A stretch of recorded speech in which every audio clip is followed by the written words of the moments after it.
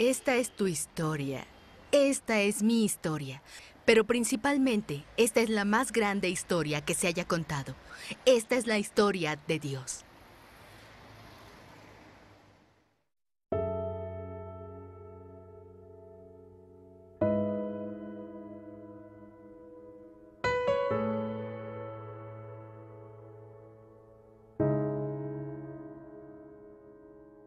En el tiempo que los jueces gobernaban el país, hubo allí una época de hambre. Entonces un hombre de Belén de Judá emigró a la tierra de Moab junto con su esposa y sus 2 hijos. El hombre se llamaba Elimelec, su esposa se llamaba Noemí y sus 2 hijos, Mahlón y Quilión. Todos ellos efrateos de Belén de Judá. Cuando llegaron a la tierra de Moab, se quedaron a vivir ahí. Pero murió Elimelec, esposo de Noemí, y ella se quedó sola con sus 2 hijos. Estos se casaron con mujeres moabitas, una llamada Orfa y la otra Ruth. Después de vivir allí unos 10 años, murieron también Mahlón y Quilión, y Noemí se quedó viuda y sin hijos. Noemí regresó de la tierra de Moab con sus 2 nueras, porque allí se enteró de que el Señor había acudido en ayuda de su pueblo al proveerle de alimento. Salió pues con sus 2 nueras del lugar donde había vivido y juntas emprendieron el camino que las llevaría hasta la tierra de Judá. Entonces Noemí les dijo a sus 2 nueras: escuchen, vuelva cada una a la casa de su madre. Pero Ruth respondió: no insistas en que te abandone o en que me separe de ti, porque iré a donde tú vayas y viviré donde tú vivas. Tu pueblo será mi pueblo, y tu Dios será mi Dios. Moriré donde tú mueras, y allí seré sepultada. Que me castigue el Señor con toda su severidad si me separa de ti algo que no sea la muerte. Al ver Noemí que Ruth estaba tan decidida a acompañarla, no le insistió más.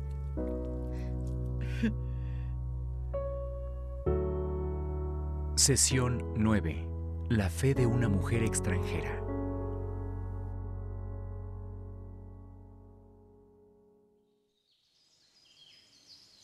En la historia secundaria, Noemí perdió toda esperanza. Se mudó de Belén a Moab con su esposo para escapar de una gran hambruna que afectaba a la tierra al mismo tiempo de la historia de Gedeón, del capítulo anterior.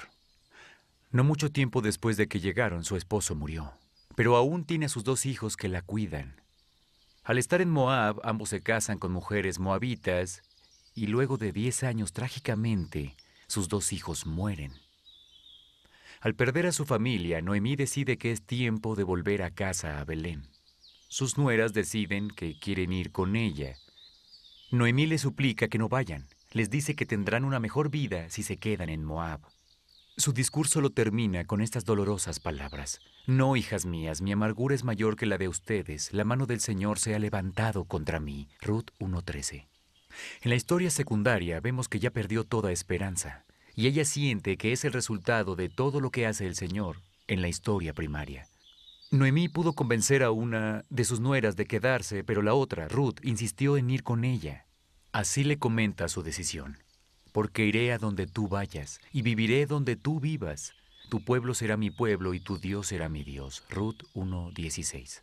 Ella eligió el camino menos transitado. La vida será extremadamente dura para Noemí y Ruth. Es probable que vivan en la pobreza el resto de sus vidas. Y para empeorar las cosas, Ruth es moabita. Los moabitas habían oprimido a Israel durante 18 años antes de que Ahot, el juez, los librara. En la historia secundaria, había pocas posibilidades de que fuera aceptada, pero por un amor profundo hacia su suegra y buscando su bienestar, ese es el camino que ella toma. Cuando Ruth y Noemí pasan la frontera hacia Belén, después de haberse ido por más de una década, las mujeres de la ciudad exclaman: ¿no es esta Noemí? Ya no me llame Noemí, repuso ella, llámenme Mara, porque el Todopoderoso ha colmado mi vida de amargura. Me fui con las manos llenas, pero el Señor me ha hecho volver sin nada. Ruth 1:19-21. La palabra Mara, en hebreo, significa amargo. Ella está convencida de que Dios orquestó todo esto, y así fue, pero ella no sabe cómo terminará la historia. Noemí tiene una tierra que su esposo y sus hijos cultivaban, pero Noemí no puede trabajar esta propiedad ella sola, así que tendrá que vender su tierra para pagar las cuentas, y cuando lo haga, Eso hará básicamente que su vida termine en la servidumbre. Pero la pastilla más grande y amarga que debe tragar es que la identidad de una familia está ligada a la tierra que posee. Si pierde la tierra de su esposo, será como si nunca hubiera existido. ¿Cómo sobrevivirán dos mujeres solas y pobres en Belén? Bueno, en el Viejo Testamento existía una provisión para los pobres que se llamaba recoger. Los que poseían la tierra enviaban a los segadores al campo a recolectar la cosecha. Lo poco que quedara atrás, tenían que dejarlo ahí para que los pobres lo recogieran. Esa es la principal forma de ayudar de Ruth y de mostrarle amor a su suegra ya vieja.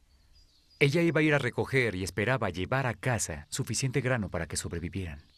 Ella selecciona al azar un campo para recoger y el dueño le muestra su favor. A Ruth le sorprende que la reciban siendo extranjera e incluso le den su protección. Esto es lo que le pregunta al dueño.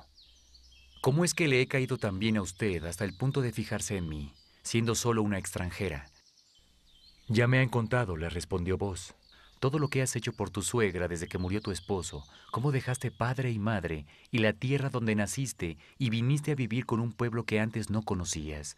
Que el Señor te recompense por lo que has hecho. Que el Señor, Dios de Israel, bajo cuyas alas has venido a refugiarte, te lo pague con creces. Ruth 2:10-12. Ruth corre a casa con los brazos llenos de comida y emocionada comparte la historia con Noemí mientras cenan abundantemente. Noemí le pregunta cuál es el nombre del dueño y Ruth le contesta que se llama Boz. A Noemí casi le da un paro cardíaco. ¿Por qué? Porque Boz es un pariente cercano. ¿Por qué está tan emocionada por eso? Verás, hay un concepto que te enseñan en la ley. En Deuteronomio 25, para ser exactos, se declara que si un hombre muere sin heredero, su pariente más cercano tiene la opción de casarse con la viuda, amarla, cuidarla, pagar las deudas financieras y redimir la tierra. A ese hombre se le llama el pariente redentor. Cuando tiene un hijo, precisa cederle esa tierra al heredero en nombre del esposo fallecido para que su nombre siga vivo. Esencialmente, el pariente redentor se arriesga mucho y al final no aumenta sus ganancias ni un centavo. Noemí no había tenido tanta esperanza en mucho tiempo. Ella asume el papel de una casamentera judía como la que podemos ver en El violinista en el tejado.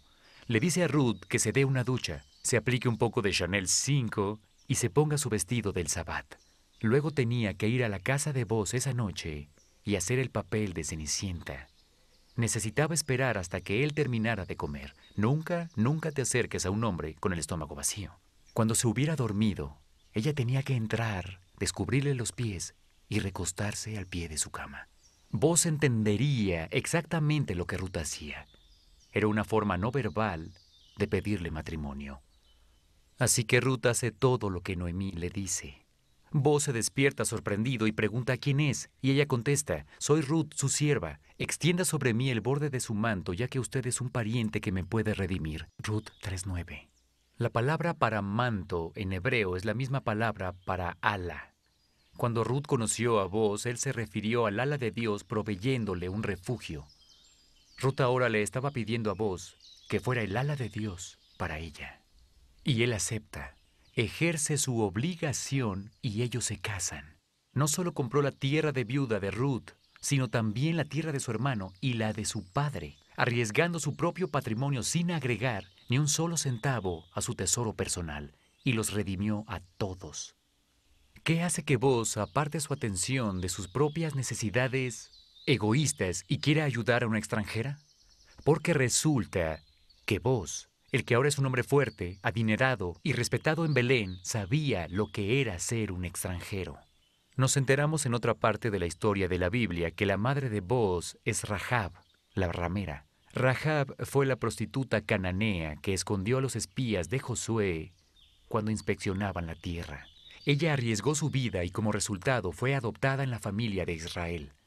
Boz sabía lo que era ser extranjero en un tiempo y tenía en el corazón el deseo de ayudar a alguien en la misma posición.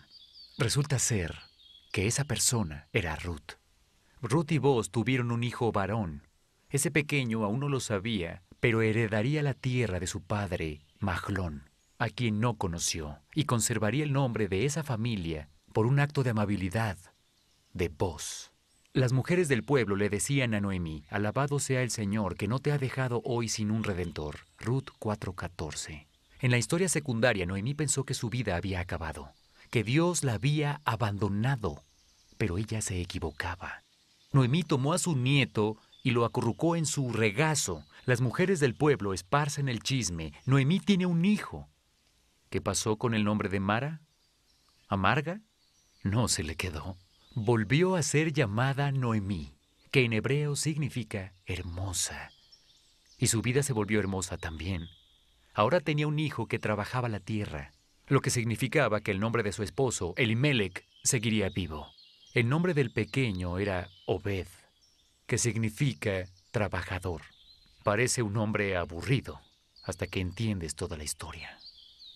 Aunque sea un cambio tan sorprendente, las buenas noticias no paran ahí. Hay más cosas en esta historia. Al final del libro de Ruth nos dan la genealogía de la familia de Boz. Nos dicen que Obed crece y tiene un hijo llamado Isaí. Isaí también crece y tiene un hijo llamado David. Y 28 generaciones después, nace un bebé en un pesebre en la ciudad de Belén llamado Jesús. Jesús es el supremo pariente redentor y pertenece a la familia de una extranjera llamada Ruth. Dios no solo estaba trabajando detrás del escenario en la vida de Ruth para cubrir sus necesidades terrenales en la historia secundaria, estaba trabajando en la historia primaria con ella. Se salió de su camino para incluir a una extranjera, una moabita pagana, en el linaje de Jesús. Esto es una aceptación extrema.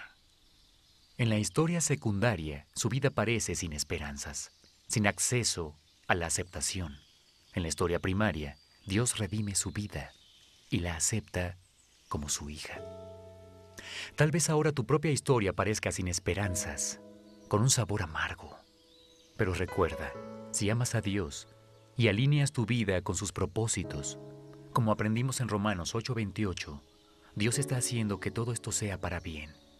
Espera con paciencia a Dios. Espera pacientemente a que Dios descubra su buen plan para ti.